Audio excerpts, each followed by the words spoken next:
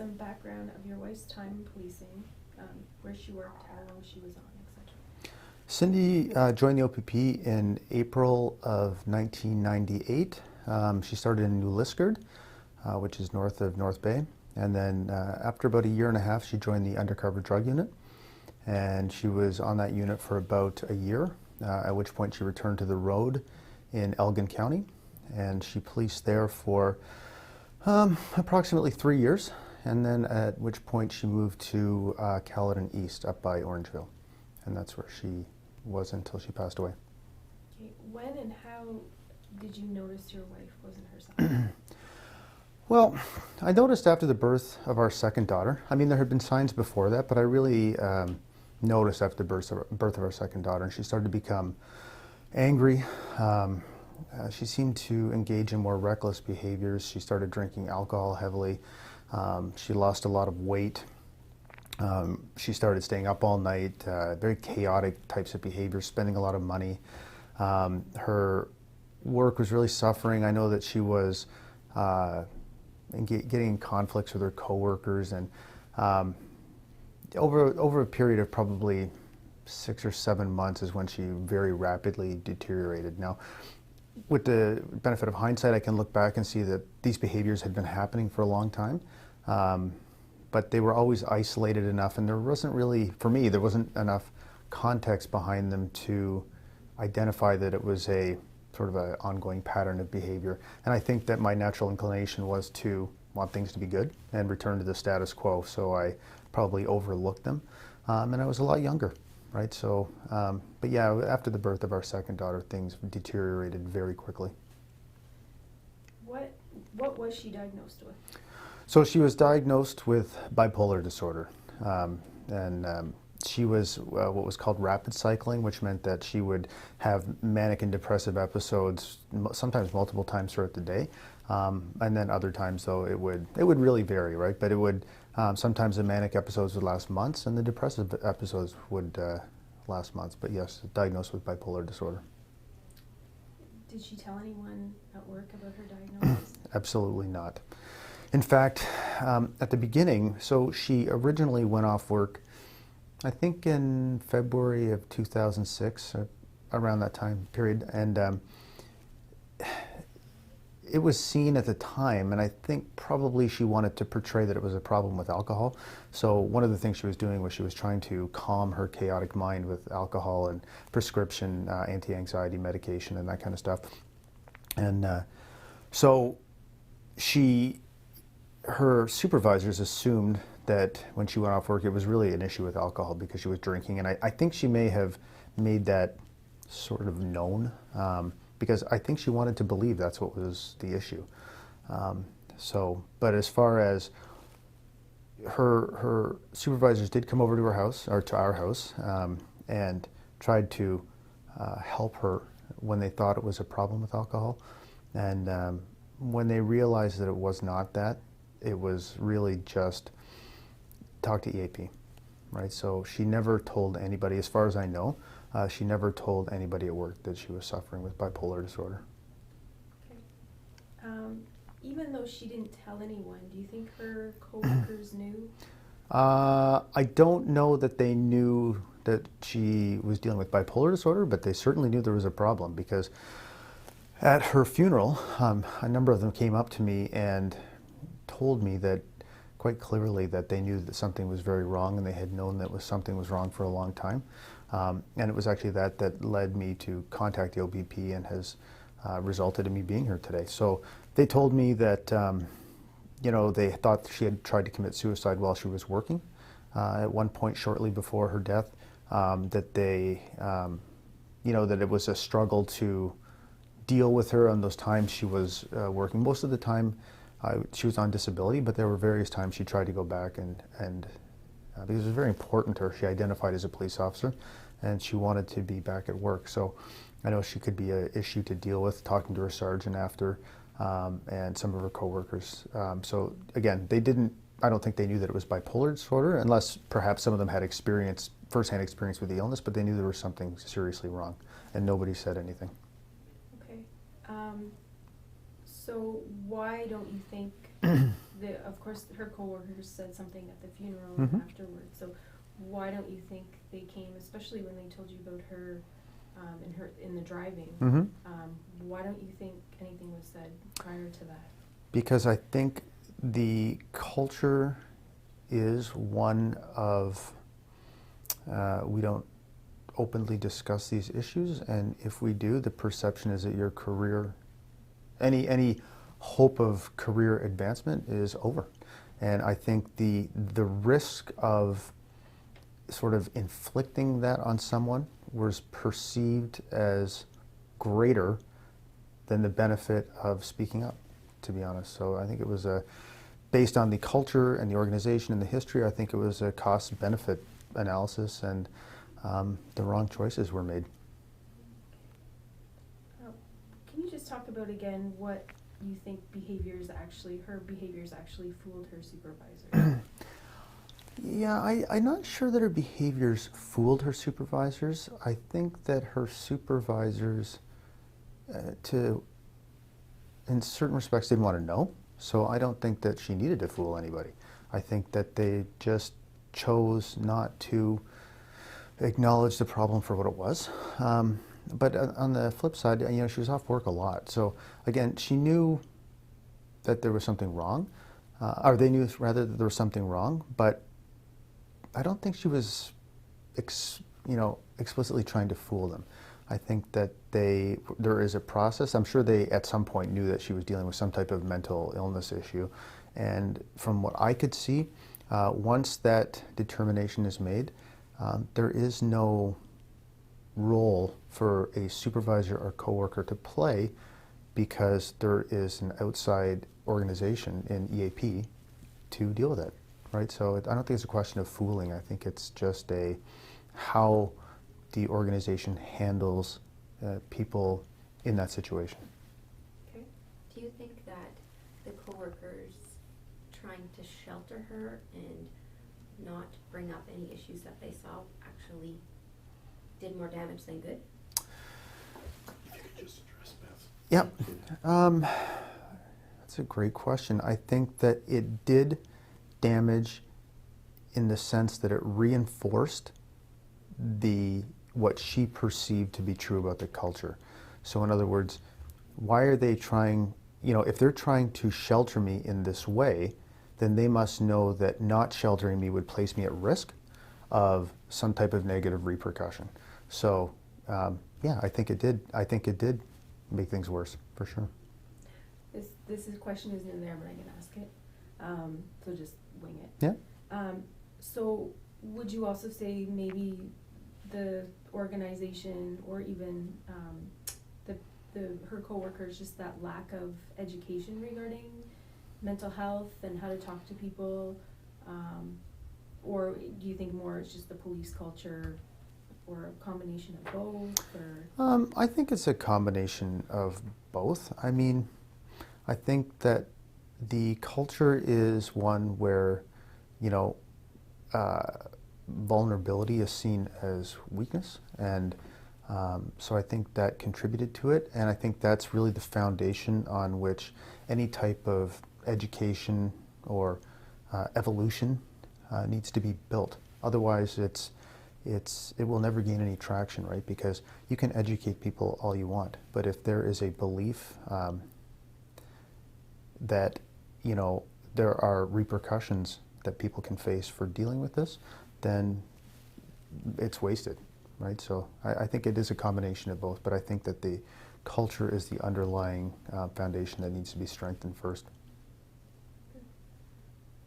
as a spouse, did you know where to turn when this was going on? No, I did not actually, and I found a lot of it. All I knew was that I would not turn to anybody within the policing family because Cindy she expressly forbade that, actually. There was no way she was going to allow me to do that. So I was left to kind of muddle through on my own, I guess. I reached out. I mean, thankfully it was in the time when we had the internet, so I could research about bipolar and what organizations were there to support people with bipolar, and I ended up going to the Canadian Mental Health Association, which was a huge benefit to me as far as just being there to listen to me and to help me understand what was going on.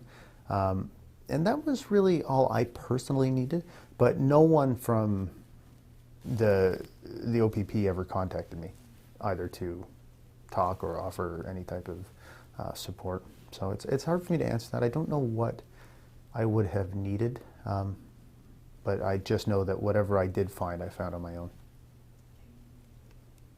I think the next question is, how did the police culture hinder her coming forward? I think you pretty much talked about that. Mm-hmm. So what is your advice for police officers moving forward? I think my advice for police officers moving forward is to not look at this as an issue of, not to narrowly focus this on the issue of mental illness. I think it's really about a choice we make in how we choose to live our lives. So, and what I mean by that is, making the choice to be vulnerable and understand that we are all human beings, whether we're police officers or not, and that we struggle and we deal with challenges, and that the best way to overcome them is by being as open as possible about them, because that will help others that are in the same boat feel safe and connect with us. And that's life, and that's reality, and it has really nothing to do, in my view, it has nothing to do with policing, and it has nothing to do with mental illness. It's really just a choice we make about how to connect with those people around us. So I guess that would be my advice. Okay, so would it be fair to say then, if police officers are having issues, that it's okay then to reach out for professional help or talk to peer support? Or Sure, yeah, absolutely. I think I would encourage them, everybody, to do that. And I really think that it's very important that the leaders of the organization, it's important that it comes from the grassroots level, obviously, but it's important for the leaders of the organization to live and breathe that message as well. When Cindy, I just know that if she had opened up, well, she did have some sort of interaction with her staff sergeant, for example, and the result was to basically shuffle her off to EAP. And I wonder what would have happened if that particular staff sergeant had opened up and said, I don't know specifically what you're going through, but I've struggled too.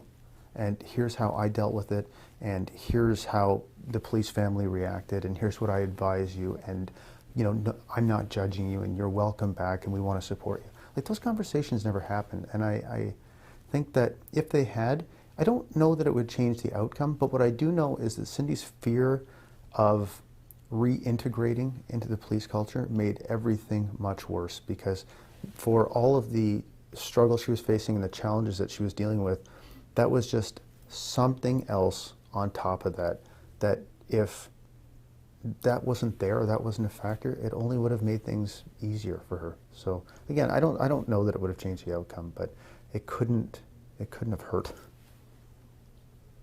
how do you wish Cindy's coworkers would have responded to her cries for help?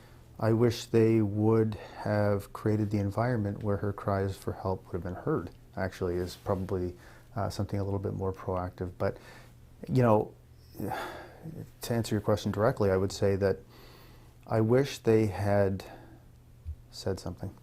I don't know to who, and I don't know what they should have said, but saying it to me at her funeral was too late. And, yeah. Okay, 11's kind of the same. When you called 911 for assistance and a neighboring police agency responded, how do you wish the call could have been handled differently? So, actually, we should probably stop there. I should have mentioned this at the beginning. So, actually, she called. Oh, she called? Yeah, so, just to... Oh, yeah, because she was trying to leave. Yeah, that's right. Oh, sorry. Yeah. I forgot. Yeah. No, it's okay. So, I don't know if we want to reread it, like say it in a That's different... okay. Okay. You're okay. So, Cindy was in a lot of distress. This was February of 2006, and she had decided that she was going to pack up all her stuff and move away. She felt a need to reconnect with her family 3 hours away. I was obviously not supportive of this idea for obvious reasons, and she had been up for days. She was heavily, heavily intoxicated. So she called the Orangeville Police Service because she thought I was, rightfully so, that I was going to try to prevent her from leaving the house. And so they showed up, and this was one of the moments of many moments that I've probably felt the most helpless, because two officers showed up, and all they could tell me was, if you, in our presence, take the car keys from Cindy's hand, that you're assaulting her. Like, you'll be charged with assault. And I've thought about that so many times since that happened, and I think, police officers, first of all, these two police officers knew Cindy, and while they may not have known the specifics, one of them definitely knew the specifics, because she had been having interactions with him over the course of the past number of months. And so, police officers are highly educated, highly trained people that use their discretion all the time to make decisions in the in the heat of the moment or whatever. And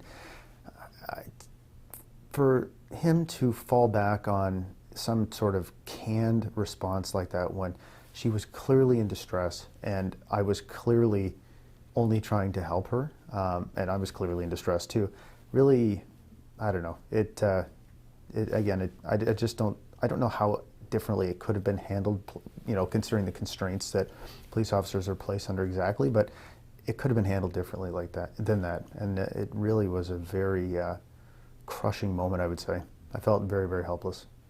So it was almost like a brotherhood, Yep. sisterhood.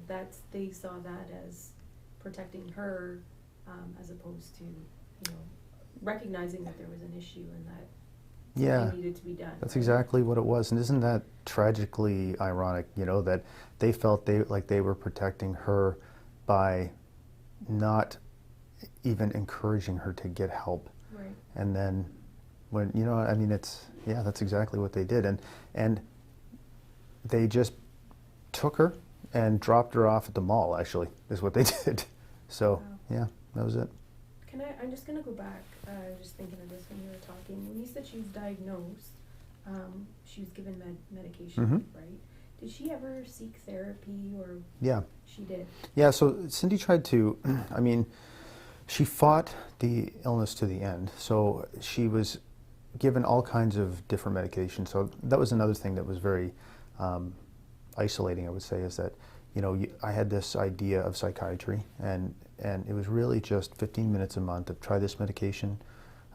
Okay, how about this one? We'll combine these ones, and that was I think the treatment was as bad as the illness, to be honest with you, in some cases. So, but to her credit, she tried everything to try to get better. So she was institutionalized at one point, and she was Form 1, but it was voluntary, because it was the only way to get her the help that she needed. So, and she went through, behavioral therapy, and she did electroshock therapy and meditation and yoga, and she saw, spiritual counselors. She saw naturopathic doctors. She really explored every option available to her to try to get well. So they say hindsight's 20/20. If you have the knowledge and skills that you have now, what would you do differently? I ask myself this question a lot, and I've really never come up with a satisfactory answer. I guess the only thing that I would say is that I would try to not see her as just a person with mental illness. So near the end, after so many years, and so many different things that happened, and so much tragedy and heartbreak and chaos, I lost the ability to see her as a human being, and I really just saw her as somebody that was mentally ill. And I saw every action that she took and every word that she said through that prism, and that prism only. And I would try to not do that, I guess. But I don't know if anything that I've learned or since that time would have changed the outcome. I don't know. I don't know if I would be stronger. I don't know. Do Do you think if the organization had better supports in place or anything different that way, do you think it would have made a difference? It's hard to say, but again, it could only have helped, right? So I don't know to what degree it would help, but as I said earlier, the stress and anxiety of trying to return to an organization where she knew in her heart that she would be ostracized only made things worse.